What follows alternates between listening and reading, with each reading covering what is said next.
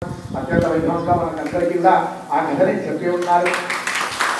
కావున మనందరం కూడా ఈ శరత్కాలంలో చేసుకుంటున్నాం కనుక ఎవరికైతే ఏ బాధలు ఉన్నాయో, ఏ పనులకి ఏ ఆటంకాలు వస్తున్నాయో అన్నీ కూడా తొలగిపోయి అనుకున్న కార్యం ఎవరికైతే పుత్రుడు కావాలో, ఎవరికైతే పెళ్లి కావాలో, ఎవరికైతే ఉద్యోగం కావాలో, ఎవరికైతే వ్యాపారం కావాలో వాళ్ళందరికీ కూడా అవన్నీ కూడా ఏ ఆటంకాలు రాకుండా ఎట్లాగైతే దుష్ట సంహారం జరిగిందో అట్లా అవన్నీ కూడా ఆటంకాలు సంహరించిపోయి అనుకున్న కార్యము శీఘ్రంగా అమ్మవారు ఇస్తుందని మనకు ఈ 13వ అధ్యాయంలో చెప్పి ఉన్నది.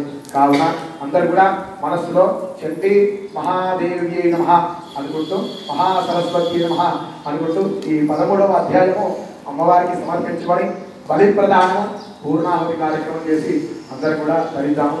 జగదంబ విశ్వపాలిని మాతాకి జై.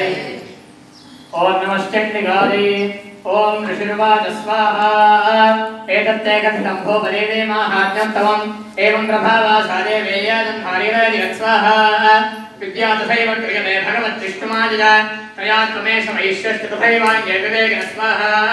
మోహ్యంతే మోహితాశ్చైవ మోహమేష్యద్విజాపరే తాముమైహి మహారాజ శరణం పరమేశ్వరే స్వాహా. ఆరాధితా దైవరణాద్భోగస్వజ్ఞాపవర్గదా స్వాహా. మార్కండేయో వాచ స్వాహా. ఇది తస్య వజశ్రుత్వాసరథः సంగడాదివ స్వాహా. శరణమత్య మహాభాగం తం శంసకృతం నిర్విన్నోదమోక్తే నరాజ్యాపరణే